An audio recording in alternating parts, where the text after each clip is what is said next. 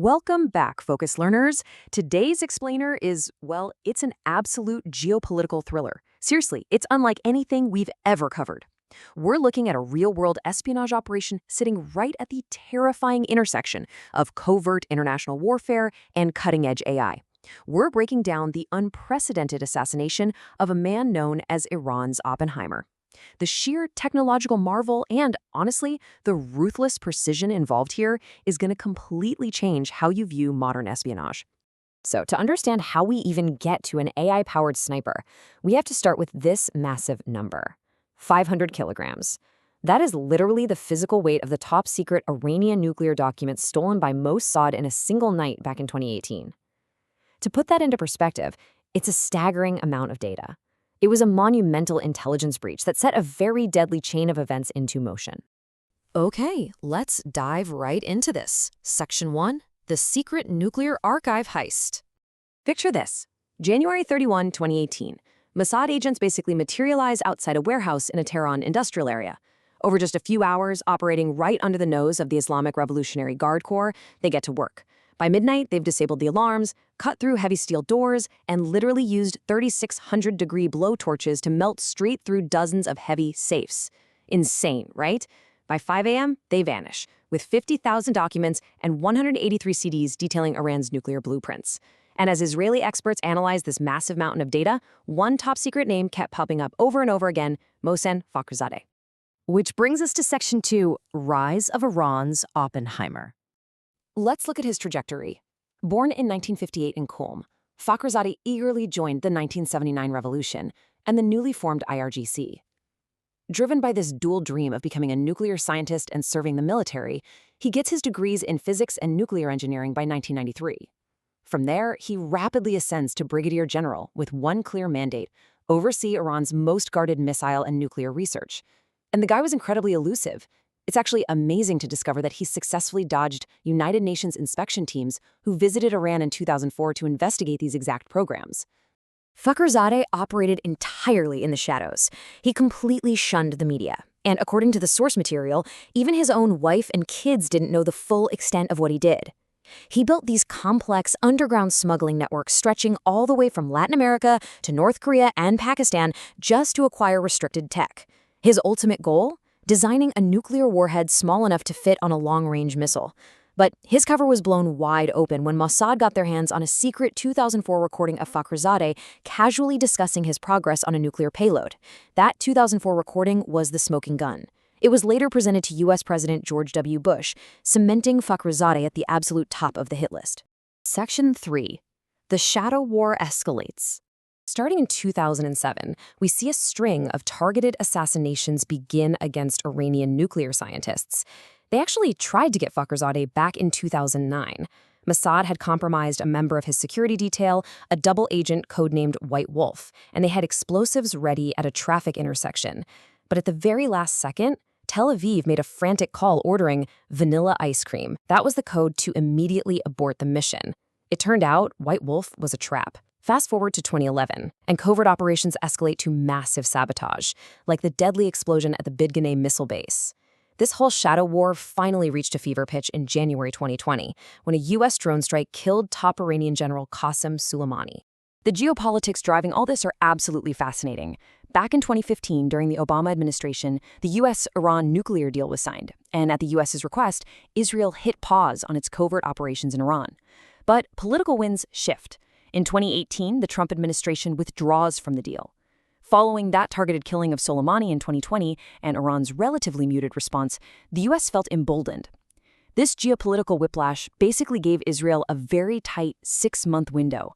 Think of it as a ticking clock to execute a highly complex operation to eliminate Fakhrizadeh before potential change in U.S. leadership could reinstate the nuclear deal.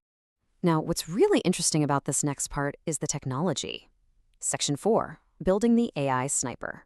To avoid risking agents on the ground, given the intense security, they engineered a fully remote-controlled killing machine. They took a Belgian FN MAG machine gun, which can fire 600 rounds a minute, by the way, and hid it in the bed of a common Iranian Zamyad pickup truck. But here's the catch. A massive gun firing in a parked truck vibrates wildly, completely ruining accuracy. So brilliantly, and honestly this is almost hard to believe, they sourced a specialized zero-stabilized gimbal from an American cinema equipment company. Yeah, literally the same technology used in Hollywood to film movies. This reduced recoil vibrations by 80 to 90%. Finally, they equipped the whole rig with 12 AI-powered cameras for a 360-degree real-time feed. But all this hardware faced one massive, seemingly impossible engineering hurdle: 1.6 seconds. That was the exact satellite communication delay between the remote sniper sitting in a control room in Tel Aviv and the robotic gun sitting on a highway in Iran. Think about it for a second. If the sniper pulls the trigger based on the video feed they're seeing, the target has already been moving for 1.6 seconds. The bullet would completely miss.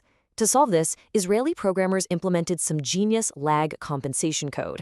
When the sniper pressed the trigger, the AI on the truck instantly rewound the video feed to the exact millisecond the button was pushed.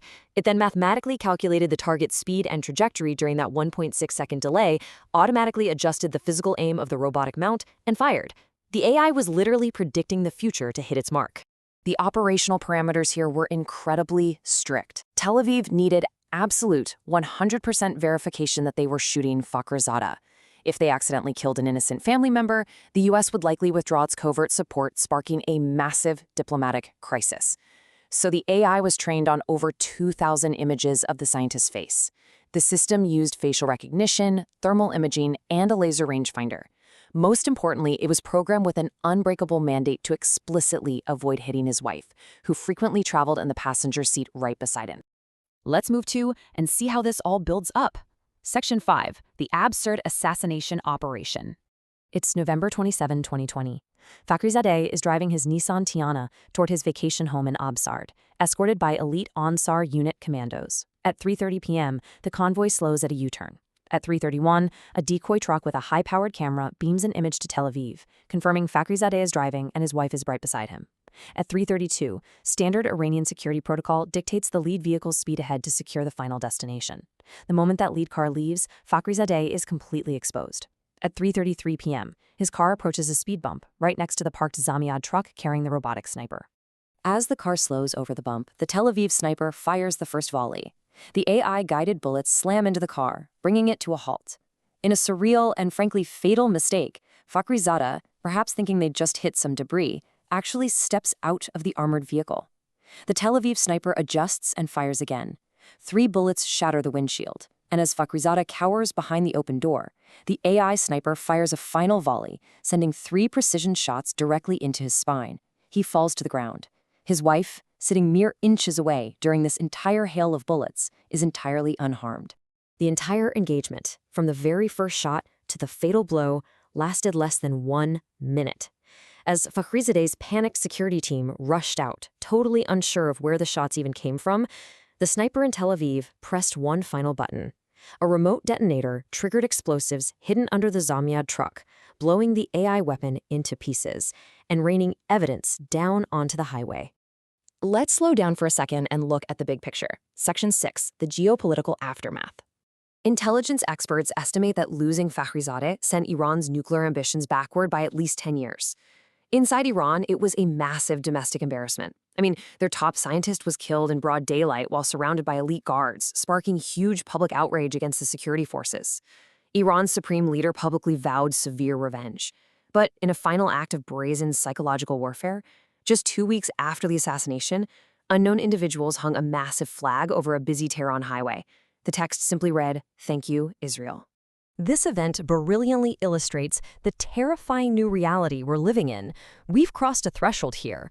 We aren't just talking about human spies operating in the shadows anymore. We're talking about lag-compensating algorithms, facial recognition, and remote-controlled machine guns making real-time, lethal decisions thousands of miles away. So I'll leave you with this to ponder. With AI now capable of executing fully remote lag-compensating assassinations, how will the rules of global espionage change forever? Thank you for joining me on this explainer, Focus Learners, and I will catch you in the next one.